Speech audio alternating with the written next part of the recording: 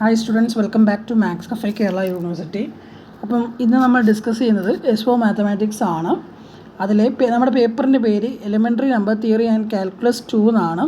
അതിലെ മൊഡ്യൂൾ 2 ആയ multiple integral എന്ന് പറയുന്ന മൊഡ്യൂളാണ് നമ്മൾ ഡിസ്കസ് ചെയ്യുന്നത്. അതുപോലെ നമ്മുടെ സൂപ്പർ സ്റ്റഡി പ്ലാൻ എന്ന് പറയുന്ന ഒരു സീരീസ് നമ്മൾ തുടങ്ങിയിട്ടുണ്ട്. ആ സീരീസിലെ ഫസ്റ്റ് വീഡിയോ ആണ്. ആ സീരീസിൻ്റെ പ്രത്യേകത എന്താണെന്ന് വെച്ചാൽ നിങ്ങൾക്ക് എക്സാമിന് മുമ്പേ എല്ലാ സബ്ജക്റ്റിൻ്റെയും ഇമ്പോർട്ടൻറ്റ് ടോപ്പിക്സ് അത് ചാപ്റ്റർ വൈസ് ആയിരിക്കും, ഡീറ്റെയിൽ ആയിട്ട് നമ്മൾ പറഞ്ഞു പോവും. അത് നിങ്ങൾ വെച്ച് പഠിച്ചാൽ നിങ്ങൾക്ക് ഒരു നല്ല 8.5 CGP എങ്കിലും കിട്ടുന്ന വിധത്തിൽ മാർക്ക് കിട്ടും. അത് വെച്ചായിരിക്കും നമ്മൾ സെറ്റ് ചെയ്യുന്നത്. അത് നിങ്ങൾ പഠിച്ചു പോവുക. അപ്പം ഇന്ന് ഫസ്റ്റ് വീഡിയോ ആണ്, മാത്സിലെ ഫസ്റ്റ് വീഡിയോ. മൊഡ്യൂൾ 2 മൾട്ടിപ്പിൾ ഇൻ്റഗ്രൽസിൽ ആദ്യത്തെ 3 ചാപ്റ്റേഴ്സ്, അതായത് മൾട്ടിപ്പിൾ ഇൻ്റഗ്രൽസ്, അതുപോലെ തന്നെ double integral over non rectangular region, അതുപോലെ double integral in polar coordinate എന്ന് പറയുന്ന ആദ്യത്തെ 3 ചാപ്റ്ററാണ് നമ്മളിന്ന് ഡിസ്കസ് ചെയ്യുന്നത്. അപ്പം നമുക്ക് ആദ്യമേ മൾട്ടിപ്പിൾ ഇൻ്റഗ്രലിൻ്റെ സിലബസ് നോക്കാം. എന്ത് പഠിക്കുന്നതിന് മുമ്പേ നമ്മൾ സിലബസ് ഒന്ന് വായിച്ചിരിക്കുക. ഞാൻ സിലബസ് വായിക്കാൻ നിന്നാൽ ഒരു 5 മിനിറ്റ് പോകും. അപ്പോൾ നിങ്ങളിത് സ്ക്രീൻഷോട്ട് എടുത്ത് വെച്ചേക്കുക.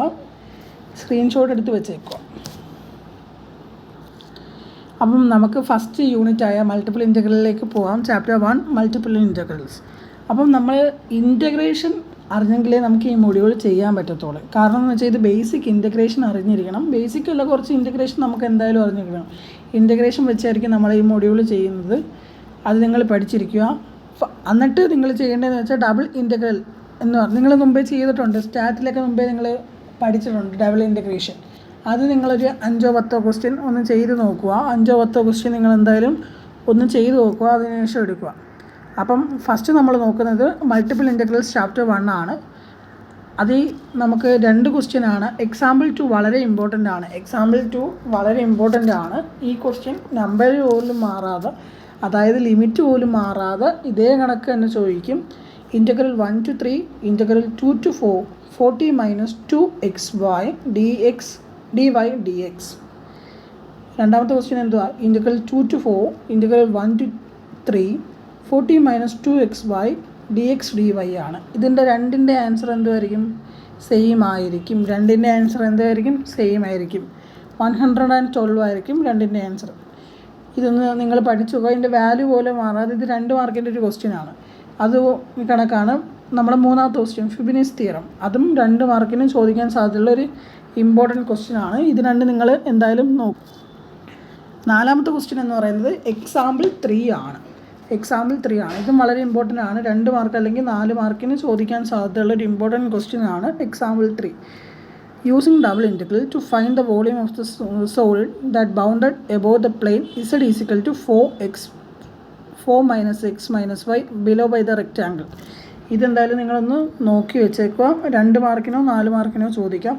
അതേപോലെ തന്നെ ഇമ്പോർട്ടൻ്റ് ആണ് 5ാമത്തെ ക്വസ്റ്റ്യനും നിങ്ങളൊന്ന് നോക്കി വെച്ചേക്കുക. Double integral over y² x dA.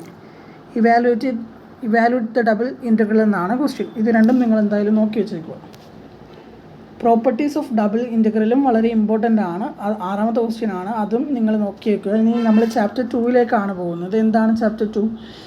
Double integral over non rectangular region ആണ്. അത് 1ാമത്തെ ക്വസ്റ്റ്യൻ ഒന്ന് നോക്കി വെച്ചേക്കുക, ചോദിക്കാൻ സാധ്യതയുണ്ട്. ഇനി പറയാൻ പോകുന്നത് 2ാമത്തെ ചാപ്റ്ററിലെ 2, 3, 4 ഈ ക്വസ്റ്റ്യൻ ഞാൻ വായിക്കാൻ നിൽക്കുന്നില്ല. വളരെ ഇമ്പോർട്ടൻ്റ് ആണ്. 15 മാർക്കിനോ അല്ലെങ്കിൽ 4 മാർക്കിനോ ചോദിച്ചിരിക്കും ഉറപ്പ്. കാരണം എന്ന് വെച്ചാൽ ഈ 15 മാർക്കിനോ 4 മാർക്കിനോ ഈ ക്വസ്റ്റ്യനൊക്കെ ചോദിച്ചിരിക്കും. വളരെ ഇമ്പോർട്ടൻ്റ് ആണ്. 15 മാർക്കിന് ഈ ക്വസ്റ്റ്യൻ 15 മാർക്കിന് ചോദിക്കുമെന്നല്ല പറയുന്നത്, സബ് പാർട്ടായിട്ട് A പാർട്ടായിട്ടൊക്കെ ചോദിക്കും. അപ്പം ഇത് നിങ്ങൾ നോക്കുക. ഇനി 5ാമത്തെ ക്വസ്റ്റ്യൻ ആണ്. Find the volume of the solid bounded by the cylinder x² + y² = 4, y + z = 4 and z = 0. ഇതും ഇമ്പോർട്ടൻ്റ് ആണ്, നിങ്ങൾ നോക്കുക. അതുപോലെ തന്നെയാണ് using double integral to find the area of the region enclosed by the parabola y = ½ x² and the line y = 2x. ഇതും important ആണ്. ഇതൊക്കെ text book example ആണ്. അപ്പോൾ നിങ്ങൾക്ക് എന്തായാലും ഇത് ചോദിക്കും. ഇനി നമ്മൾ ചാപ്റ്റർ 3 ആണ് നോക്കുന്നത്. Double integral in the polar coordinate എന്ന് പറയുന്ന ചാപ്റ്ററാണ് നമ്മൾ നോക്കുന്നത്. ഈ ചാപ്റ്റർ വളരെ ഇമ്പോർട്ടൻ്റ് ആണ്. ഇതിനകത്ത് essay ക്വസ്റ്റ്യൻസ് ഒക്കെ ചോദിച്ചിട്ടുണ്ട്. essay അല്ലെങ്കിൽ 4 മാർക്ക് ഷുവറായിട്ട് നിങ്ങൾക്കൊരു 10 മാർക്കോളം ഈ ചാപ്റ്ററിൽ നിന്ന് കിട്ടും. നിങ്ങൾക്ക് ലക്കുണ്ടെങ്കിൽ എപ്പോഴും ചോദിക്കുന്നതാണ്. അപ്പം ചാപ്റ്റർ 3 ആണ് നമ്മൾ നോക്കുന്നത്. അപ്പം ഒന്നാമത്തെ ക്വസ്റ്റ്യൻ വളരെ ഇമ്പോർട്ടൻ്റ് ആണ്. ഈ ക്വസ്റ്റ്യൻ അതേ കണക്ക് തന്നെ ചോദിക്കും. ഇതിൻ്റെ വാല്യൂ പോലും ഇത് മാറത്തില്ല. ഫസ്റ്റ് ക്വാർട്ടറിൻ്റെ മാത്രമല്ല, ഈ സെയിം ക്വസ്റ്റ്യൻ ചോദിക്കും. എത്ര മാർക്കിനാണെന്നറിയാമോ? 15 മാർക്കിന്. അല്ലെങ്കിൽ എത്ര മാർക്കിനാണെന്നറിയാമോ? 4 മാർക്കിന്. അപ്പോൾ ഇത് നിങ്ങൾ സ്ക്രീൻഷോട്ട് എടുത്ത് വെച്ച് പഠിക്കുക. ഇതിൻ്റെ ആൻസേഴ്സ് നമ്മൾ ടെലിഗ്രാമിൽ പ്രൊവൈഡ് ചെയ്യുന്നതായിരിക്കും. ആ ചാപ്റ്ററിലെ രണ്ടാമത്തെ ക്വസ്റ്റ്യൻ ആണ്. ഇതും വളരെ ഇമ്പോർട്ടൻ്റ് ആണ്. ഒന്നാമത്തെ ക്വസ്റ്റ്യൻ വളരെ വളരെ ഇമ്പോർട്ടൻ്റ് ആണ്. എക്സാമ്പിൾ 2 ആണ് ഈ ക്വസ്റ്റ്യൻ. എക്സാമ്പിൾ 2 ആണ്. ഇതും വളരെ ഇമ്പോർട്ടൻ്റ് ആണ്. ഞാൻ വായിക്കുന്നില്ല, വായിച്ച സമയം പോവും. ഈ ക്വസ്റ്റ്യനെ നിങ്ങളൊന്ന് സ്ക്രീൻഷോട്ട് എടുത്ത് പഠിക്കുക. വളരെ ഇമ്പോർട്ടൻ്റ് ആണ്. ഇനി മൂന്നാമത്തെ ക്വസ്റ്റ്യൻ. ഞാൻ ഒന്നാമത്തെ ക്വസ്റ്റ്യൻ പറഞ്ഞില്ലേ, അതേ കണക്ക് തന്നെ ഇമ്പോർട്ടൻ്റ് ആണ്. 1 അല്ലെങ്കിൽ 3 ആയിരിക്കും ഡയറക്റ്റായിട്ട് ചോദിക്കാനുള്ള സാധ്യത.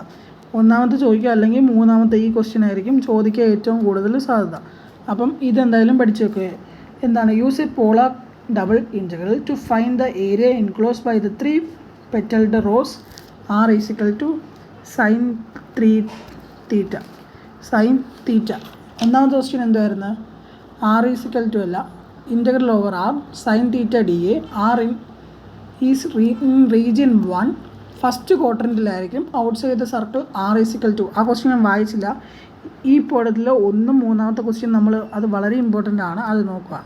ഈ നാലാമത്തെ ഇമ്പോർട്ടൻ്റ് ഒന്നുമല്ല, ഞാൻ ചുമ്മാതെ കൊടുത്തിരിക്കുക. എന്നാലും ഇതൊന്ന് ചെയ്യാൻ ശ്രമിക്കുക. ചുമ്മാതല്ല, ഇമ്പോർട്ടൻ്റ് ആണ്. എന്നാലും വലിയ ഇമ്പോർട്ടൻ്റ്, ഞാൻ നിങ്ങൾക്കൊന്ന് ചെയ്യാൻ വേണ്ടി തന്നൊരു ക്വസ്റ്റ്യൻ ആണ്. അപ്പോൾ നിങ്ങളിതൊന്ന് ചെയ്തു പോകുക. ടെക്സ്റ്റ് ബുക്കിലൊന്നും ഇല്ലെന്ന് തോന്നുന്നു, ഏതൊരു വർഷം ചോദിച്ചിട്ടുണ്ട്. അപ്പം നിങ്ങൾ സിലബസൊക്കെ നോക്കി സിലബസൊക്കെ എഴുതിയെടുക്കുക. സിലബസ് വളരെ ഇമ്പോർട്ടൻ്റ് ആണ്. അപ്പം ഇന്നത്തെ ടോപ്പിക്ക് നമ്മൾ 3 ചാപ്റ്റർ ഡിസ്കസ് ചെയ്തിട്ടുണ്ട്. അടുത്ത വീഡിയോയിൽ നമ്മൾ 3 ചാപ്റ്ററും ഡിസ്കസ് ചെയ്യും. ബാക്കി മൊഡ്യൂൾസും ബാക്കി സബ്ജക്റ്റുമായിട്ട് നമ്മൾ വരും. അതുപോലെ നമുക്ക് S4 പെയ്ഡ് നോട്ട്സ് ഉണ്ട്. അത് നിങ്ങൾക്ക് വേണമെങ്കിൽ വാങ്ങാം. 350 റുപ്പീസാണ് നമ്മുടെ S4 പെയ്ഡ് നോട്ട്സ്. അത് നിങ്ങൾക്ക് വേണമെങ്കിൽ പർച്ചേസ് ചെയ്യാം. നിങ്ങൾക്ക് നോട്ട് ഇല്ലെങ്കിൽ പർച്ചേസ് ചെയ്താൽ മതി. നോട്ടുണ്ടെങ്കിൽ ഞാൻ മേടിക്കാൻ പറയത്തില്ല. അതിൻ്റെ വില 350 റുപ്പീസാണ്. 3 സബ്ജക്റ്റും കൂടെ. പിന്നെ ഒരു സബ്ജക്റ്റ് ആണെങ്കിൽ 150 റുപ്പീസാണ്. 3 സബ്ജക്റ്റും കൂടെ 350യും ഒരു സബ്ജക്റ്റ് ആണെങ്കിൽ 150 റുപ്പീസാണ്. നിങ്ങൾക്ക് താല്പര്യം ഉണ്ടെങ്കിൽ വാങ്ങാം.